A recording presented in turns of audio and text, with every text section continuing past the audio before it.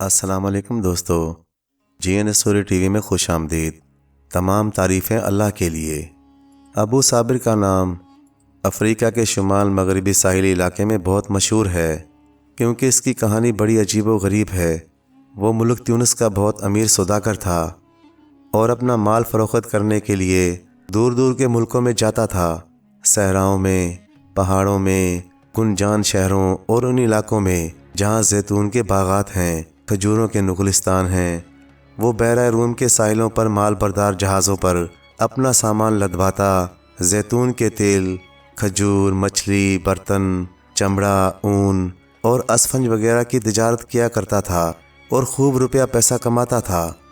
ابو صابر قسمت کا دھنی تھا، جس چیز کو ہاتھ لگاتا وہ سونا ہو جاتی۔ رفتہ رفتہ وہ شمال افریقہ کا امیر ترین سوداگر بن گیا۔ عام طور پر سوداگر اور امیر لوگ کنجوس ہوتے ہیں، لیکن ابو صابر نہایت سخی انسان تھا۔ جتنا روپیہ پیسہ کماتا اتنی ہی خیرات بھی کیا کرتا تھا۔ اس کے دروازے سے کوئی سوالی خالی ہاتھ نہیں جاتا تھا۔ وہ ہمیشہ کہا کرتا تھا، الحمدللہ، تمام تعریفیں اللہ کے لیے، ہم سب ایک خدا کے بندے ہیں۔ دنیا کی ہر چیز کا مالک خدا ہے، سب کچھ اسی کا بنایا ہوا ہے۔ اس لیے ہر امیر غریب کو چاہیے کہ جو کچھ اللہ تعالیٰ نے انہیں دیا ہے اللہ کی راہ میں خرچ کریں۔ ان خوبیوں کی وجہ سے ابو صابر کچھ ہی عرصے میں بہت مشہور ہو گیا۔ غریب لوگ اس کی دولت اور صحت کی دعائیں مانگتے، امیر غریب سبھی اس کی باتیں کرتے۔ گھر ہو یا محل، مسجد ہو یا سرائے، لوگ ابو صابر کی سخاوت اور نیک دلی کا ذکر لے بیٹھتے۔ ابو صابر کی تعریفیں سن کر ملک تیونس کے بادشاہ نے اپنے وزیر کو بلایا اور بولا، میں ابو صابر کی تعریفیں سن سن کر تنگ آ گیا ہوں۔ ہر جگہ ہر وقت لوگ اسی کے گن گاتے رہتے ہیں، ایسا لگتا ہے ملک میں اس کے علاوہ کوئی اور رہتا ہی نہیں۔ میں کسی بھکاری کو خیرات میں اشرفیاں دیتا ہوں تو وہ کہتا ہے، کل ہی ابو صابر نے اس سے دگنی اشرفیاں مجھے دی تھیں۔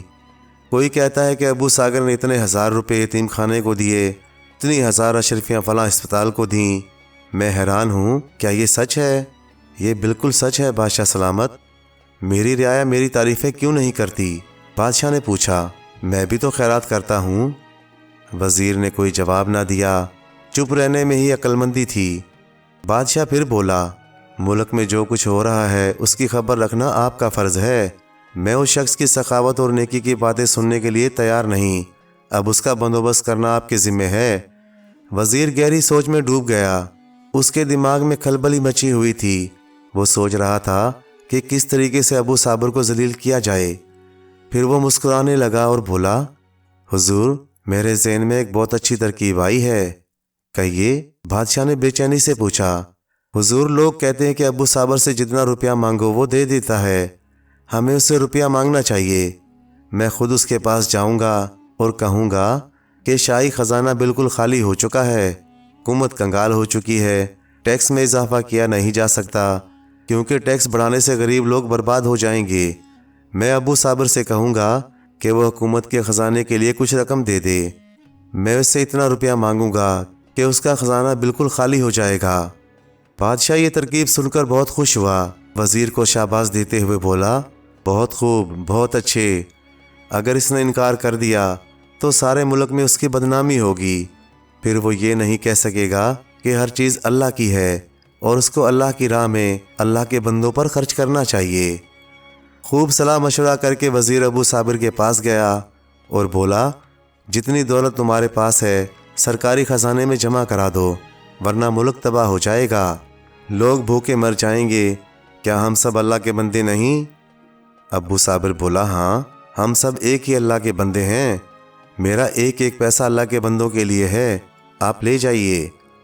وزیر نے اسی وقت ابو صابر کی دولت، جائیداد، مال مویشی، غرض جو کچھ بھی اس کے پاس تھا سمیٹا اور بادشاہ کے خزانے میں جمع کرا دیا۔ ابو صابر نے منہ سے ایک لفظ نہ نکالا، یوں لگتا تھا اسے کوئی پرواہ نہیں۔ بادشاہ نے جب یہ سنا کہ ابو صابر نے سب کچھ وزیر کے حوالے کر دیا ہے تو اسے بہت غصہ آیا۔ اس نے وزیر سے کہا، اس طرح تو لوگ اس کی تعریفیں زیادہ کریں گے اور مجھے اور بھی برا بھلا کہیں گے۔ وزیر پھر سوچنے لگا، آخر بولا، حضور، ابو صابر جس محل میں رہتا ہے کیوں نہ وہ بھی مانگ لیا جائے۔ میں کہوں گا حکومت تمہارے گھر میں غریبوں کے لیے اسپتال بنانا چاہتی ہے۔ اس طرح وہ اور اس کے بیوی بچے گلیوں میں مارے مارے پھریں گے، نہ جیب میں پیسہ ہوگا نہ سر پر چھت، پھر وہ اپنی قسمت کو کوستا پھرے گا۔ بادشاہ کو وزیر کی یہ تجویز بھی پسند آ گئی۔ اگلے روز وزیر نے ابو صابر کے گھر پر قبضہ کر لیا اور وہ بیچارہ بیوی بچوں سمیت در در کی ٹھوکریں کھانے لگا۔ اب نہ اس کے پاس پیسہ تھا نہ رہنے کو جگہ، کبھی کہیں رات گزارتا کبھی کہیں، دن کے وقت محنت مزدوری کرتا، جو کچھ ملتا اس سے اپنا اور اپنی بیوی بچوں کا پیٹ پالتا اور خدا کا شکر ادا کرتا۔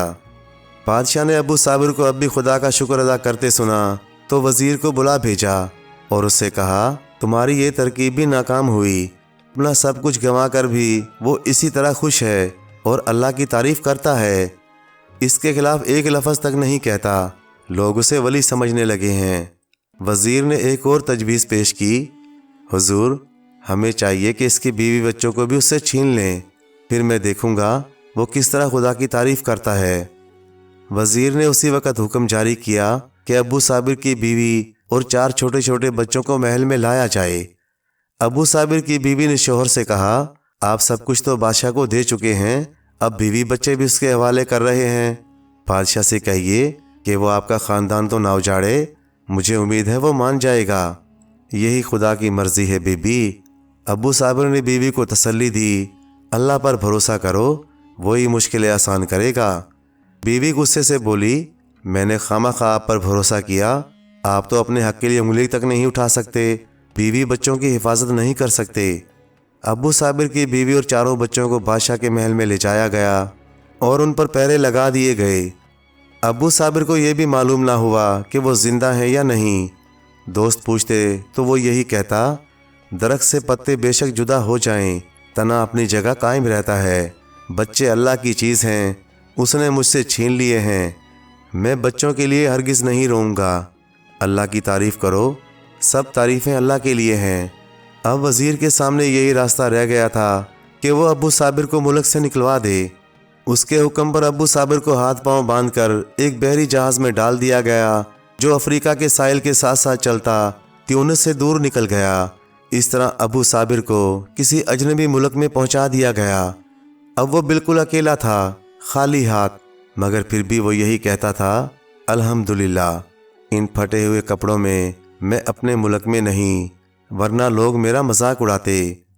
یہاں مجھے کوئی نہیں جانتا اور میں زندگی کو نئے سرے سے شروع کر سکتا ہوں۔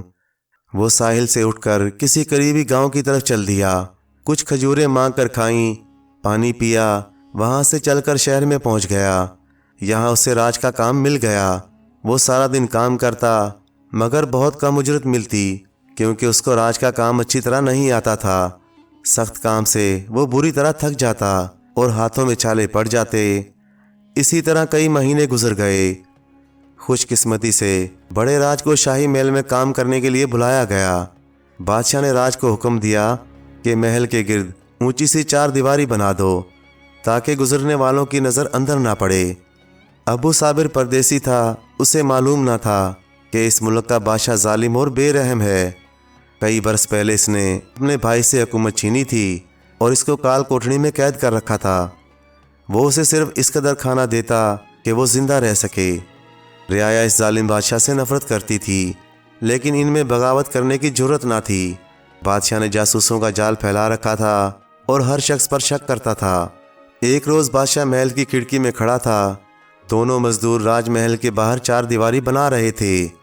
بڑا مزدور ابو صابر کو برا بھلا کہہ رہا تھا اور ابو صابر اسے سمجھا رہا تھا، سب تعریفیں اللہ کے لیے ہیں، ایک آدمی کا دوسرے آدمی کو گالی دینا عقل مندی نہیں، کیونکہ اللہ ہی امیر کو غریب اور غریب کو امیر کرنے والا ہے۔ بادشاہ نے ابو صابر کی بات سن لی اور یہ سمجھا کہ یہ آدمی میرے خلاف سازش کر رہا ہے۔ اس نے فوراً ابو صابر کو گرفتار کر کے کال کوٹھڑی میں قید کرنے کا حکم دے دیا۔ اسی اندھیری کوٹھڑی میں بادشاہ کا بھائی بھی قید تھا۔ دونوں کو بہت کم کھانا دیا جاتا، پھر بھی ابو صابر خدا کا شکر ادا کرتا اور کہتا، اے اللہ تیرا شکر ہے کہ ہم 2 ہیں۔ ابو صابر کو قید خانے میں آئے چند ہی دن گزرے تھے کہ اس کا ساتھی شہزادہ مر گیا۔ اس نے شہزادے کو وہیں کال کوٹھڑی میں دفن کر دیا اور اللہ تعالیٰ سے دعا مانگی، اے اللہ اس مظلوم کو جنت میں جگہ دے۔ قیدی کے مرنے کی خبر اس نے کسی کو نہ دی۔ اب دونوں قیدیوں کا کھانا اسے ملتا تھا۔ مرحوم شہزادے کی ماں زندہ تھی اور محل کے ایک الگ حصے میں رہتی تھی۔ وہ اپنے ظالم بیٹے سے کہتی تھی کہ اپنے بھائی کو چھوڑ دے یا پھر اسے کسی دوسرے ملک میں بھیج دے، لیکن بادشاہ مانتا نہیں تھا۔ وہ چاہتا تھا کہ اس کا بھائی قید خانے میں ایڑیاں رگڑ رگڑ کر مر جائے۔ آخر تنگ آ کر ماں نے سوچا کہ بیٹے کی اس قید خانے کی زندگی سے تو موت بہتر ہے۔ اس نے اپنے پیارے بیٹے کے لیے مرغا پکایا اور اس میں زہر ملا دیا۔ پھر اپنے نوکر سے کہا کہ قید خانے میں جا کر شہزادے کو دے آئے۔ اس کا خیال تھا کہ اس کا بیٹا ابھی بھی زندہ ہے۔ بادشاہ ہر شخص پر گہری نظر رکھتا تھا۔ اسے محل میں ہونے والی ہر بات کی خبر ہوتی تھی۔ جب اس نے نوکروں کو ڈھکی ہوئی پلیٹ لے جاتے دیکھا تو گرج کر پوچھا، اس کپڑے کے نیچے کیا چھپا کر لے جا رہے ہو؟ حضور، بھنا ہوا مرغ ہے، ملکہ عالیہ نے اپنے ہاتھوں سے تیار کیا ہے اور حکم دیا ہے کہ آپ کے بھائی کو دے آؤں۔ میرے بھائی کو؟ بادشاہ غصے سے لال پیلا ہو گیا۔ ادھر لاؤ، قید میں اسے مرغ کھلائے جا رہے ہیں، مجھے دو، میں کھاؤں گا۔ بادشاہ نے پلیٹ لے لی، کپڑا اتارا اور جلدی جلدی مرغ کھانے لگا۔ مرغا کھانے کے فوراً بعد بادشاہ مر گیا۔ لوگوں نے اس کا سوگ نہیں منایا، سب دل ہی دل میں خوش تھے۔ اس کی ماں کو بھی کوئی غم نہ تھا۔ تمام وزیر جمع ہو کر قید خانے میں گئے اور قیدی شہزادے کو باہر لا کر تخت پر بٹھا دیا۔ یہ ابو صابر تھا۔ وہ تخت پر بیٹھتے ہی بولا، سب تعریفیں اللہ کے لیے ہیں۔ وزیر، نوکر چاکر، درباری اور غلام سب نے جھک کر اسے سلام کیا۔ اتنا عرصہ قید رہنے سے شہزادے کی شکل کسی کو یاد نہ رہی۔ وہ ابو صابر کو ہی شہزادہ سمجھ رہے تھے۔ شاید بادشاہ کی ماں نے پہچان لیا ہو، لیکن وہ بھی خاموش رہی۔ اس رات محل میں چراغ جلائے گئے اور بہت بڑی دعوت کا انتظام کیا گیا۔ لوگ گلی گلی ناچتے پھر رہے تھے، آتش بازی چھوڑی جا رہی تھی۔ ابو صابر بے شک اچھا مزدور نہ تھا، لیکن وہ بہت اچھا بادشاہ ثابت ہوا۔ اس نے اپنے دربار میں قابل اور عقل مند وزیر رکھے۔ اس طرح ملک دن دگنی رات چگنی ترقی کرنے لگا۔ تخت نشین ہوتے ہی ابو صابر نے پہلا کام یہ کیا کہ اپنے وطن تیونس کے بادشاہ کو پیغام بھیجا کہ اللہ تعالیٰ نے مجھے پھر مالدار کر دیا ہے، اگر میرے بیوی بچے زندہ ہوں تو میرے پاس بھیج دیے جائیں۔ تیونس کا بادشاہ اپنے کیے پر پچھتا رہا تھا۔ جب اس کو ابو صابر کا پیغام ملا تو اس نے فوراً اس کے بیوی بچے اس کے پاس بھیج دیے۔ اس کی تمام دولت جائیداد بھی لوٹا دی اور اپنی ناانصافیوں اور ذاتیوں کی معافی بھی مانگی۔ پیارے دوستو، ترکی کے ایک شہر استنبول میں ایک موچی رہتا تھا۔ وہ استنبول کا رہنے والا نہیں تھا، بلکہ کسی دور دراز گاؤں سے یہاں پیسے کمانے آیا تھا۔ وہ دن رات محنت کر کے جو کچھ کماتا اسے سنبھال کر رکھتا اور اپنی ذات پر بہت کم خرچ کرتا۔ اس خیال سے اس کے دن آرام سے گزر رہے تھے کہ وہ گھر والوں کے لیے کافی رقم لے کر جائے گا۔ کئی برس گزر گئے۔ اب اس کے پاس 500 روپے جمع ہو چکے تھے، لیکن افسوس 500 روپے جمع ہو جانے کی جتنی خوشی تھی، اتنی ہی انہیں حفاظت سے رکھنے کی فکر اسے کھائی جا رہی تھی۔ اسے ہر وقت یہ دھڑکا لگا رہتا تھا کہ کوئی اس کی خون پسینے کی کمائی کو چرا نہ لے۔ آخر سوچ سوچ کر اس کے ذہن میں یہ تجویز آئی کہ وہ اپنی رقم کو کسی ایماندار آدمی کے پاس رکھ دے اور گاؤں واپس جاتے وقت لے لے۔ اس نے سوچا، شہر کے قاضی سے زیادہ ایماندار کون ہو سکتا ہے؟ بس اس نے روپیوں کی تھیلی اٹھائی اور قاضی کے دروازے پر جا دستک دی۔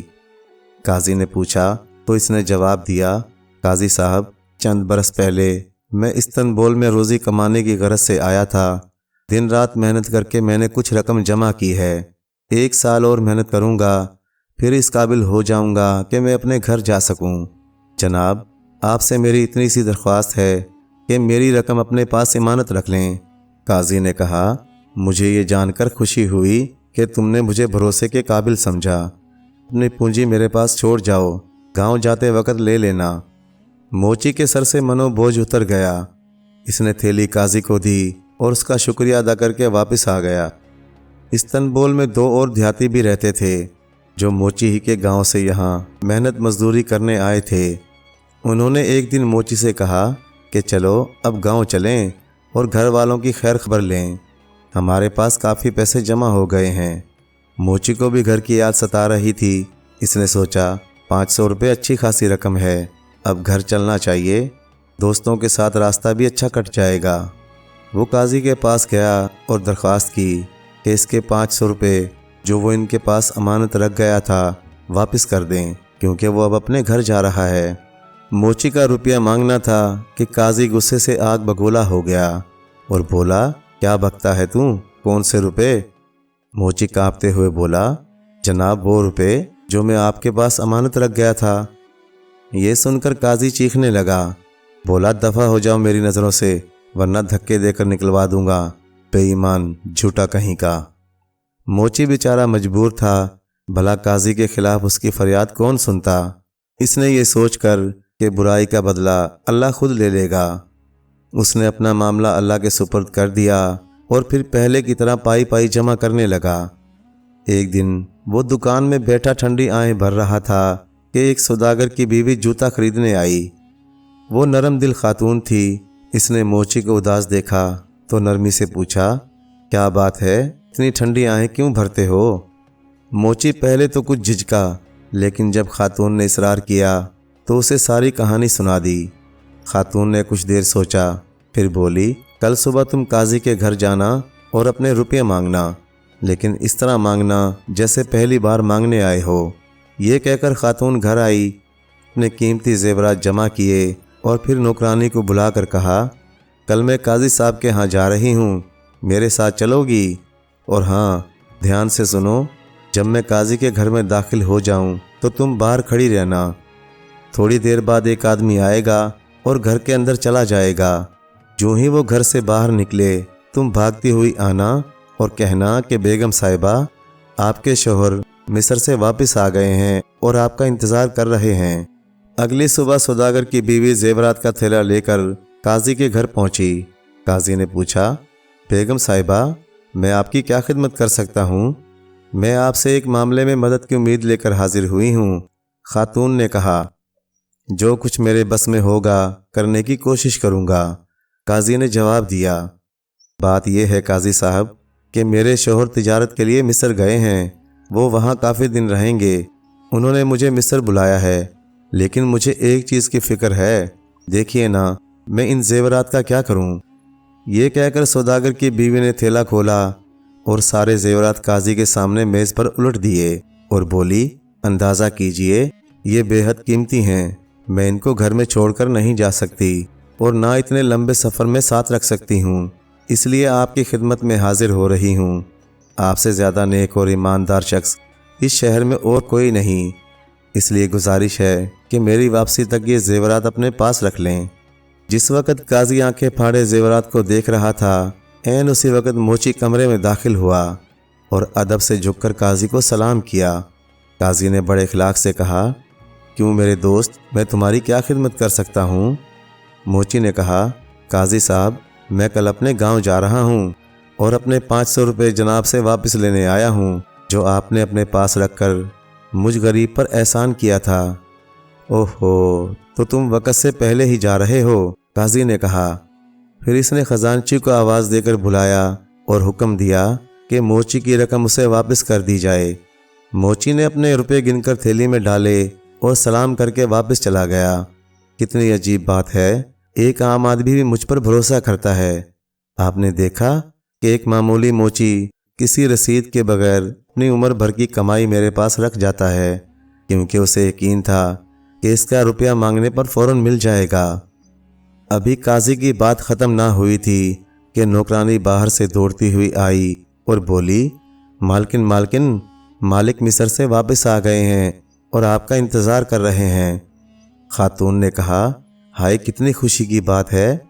یہ کہہ کر اس نے میز پر سے زیور سمیٹے اور قاضی کو سلام کر کے چلی گئی۔ ایک لمحے تو قاضی چکرا کر رہ گیا کہ یہ کیا ہوا۔ کچھ دیر بعد اسے احساس ہوا کہ ٹھگ کو ٹھگ لیا گیا ہے۔